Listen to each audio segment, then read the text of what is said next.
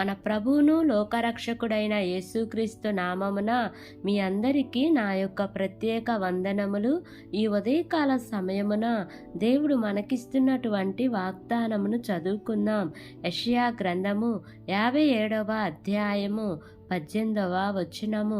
నేను వారి ప్రవర్తనను చూచితిని, వారిని స్వస్థపరచుదును, వారిని నడిపింతును, వారిలో దుఃఖించు వారిని ఓదార్చుదును. ఆమేన్. దేవునికే మహిమ కలుగును గాక. ఈ ఉదయకాల సమయమున దేవాతి దేవుడు ఈ యొక్క వాగ్దానము ద్వారా మనందరితో మాట్లాడుతూ ఉన్నారు. ఈ యొక్క వాక్యమును మనం జ్ఞాపకం చేసుకుంటే దుఃఖించే వారిని దేవుడు ఓదార్చుదును అని చెప్పుచున్నారు. ఈరోజు నీవు దుఃఖంలో, ఇరుకులో, ఇబ్బందులలో, బాధలలో ఉన్నావా? అయితే దేవుడు నీతో ఈ ఉదయకాల సమయంలో మాట్లాడుతూ అంటున్నారు, దుఃఖించే వారిని నేను ఓదారుస్తాను, నేను విడిపిస్తాను అని అంటున్నారు. అయితే దుఃఖించే ప్రతి ఒక్కరిని ఆయన ఓదారుస్తారా? దుఃఖించే ప్రతి ఒక్కరి కన్నీరు ఆయన తుడుస్తారా అని మనం ఆలోచించగలిగితే మన యొక్క పద్ధతిని, విధానాన్ని చూచి దేవుడు మనల్ని దుఃఖంలో నుంచి మనల్ని బయటికి తీయాలా వద్దా అనే విషయాన్ని ఆలోచన చేస్తూ ఉంటారు. మనము కూడా మన బిడ్డలు, మన మాట వినని కుమారుడు కానీ కుమార్తె కానీ మనకు ఉన్నప్పుడు వారు దుఃఖిస్తూ ఉన్నంత మాత్రాన మనము వెంటనే వెళ్ళి హక్కున చేర్చుకోలేము.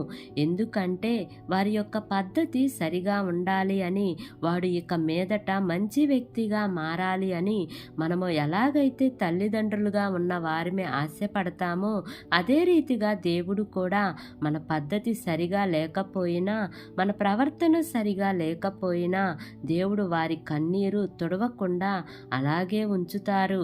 అప్పుడు వారు వారి యొక్క శ్రమల ద్వారానే విధేయత నేర్చుకుంటారేమో అని దేవుడు ఎదురు చూస్తూ ఉంటారు. ఈ ఉదయకాల సమయమున ఈ యొక్క వాక్యము వింటున్న ప్రియ సహోదరి సహోదరుడా, ఒకవేళ నీవు దుఃఖంలో ఉన్నావేమో, ఆ దుఃఖానికి కారణం నీ క్యారెక్టర్ ఏమో, నీ ప్రవర్తన సరిగా లేనప్పుడు నీ ప్రవర్తనను సరిచేసుకోగలిగితే దేవుడు తప్పక నీ కన్నీరు తుడుస్తాను అని వాగ్దానం చేస్తున్నారు. కాబట్టి ఈ వాగ్దానంను నమ్మి ఈ వాగ్దానం ప్రకారంగా జీవిద్దాం. దేవుడి వాగ్దానము మనందరి జీవితములలో నెరవేర్చబడును గాక. ఆమేన్. ప్రార్థన చేసుకుందాం. ప్రేమ కలిగిన యేసయ్యా, కృప కలిగిన దేవా, నీకు వందనాలు తండ్రి, నీకు స్తోత్రములు ప్రభా. ఇంతవరకు నీ కృపలో మమ్మల్ని కాచి కాపాడిన విధానాన్ని బట్టి నీకు వందనాలు తండ్రి. ఈ ఉదయకాల సమయమున మీరు మాకిచ్చినటువంటి ఇట్టి వాగ్దానాన్ని బట్టి నీకు వందనాలు ప్రభా.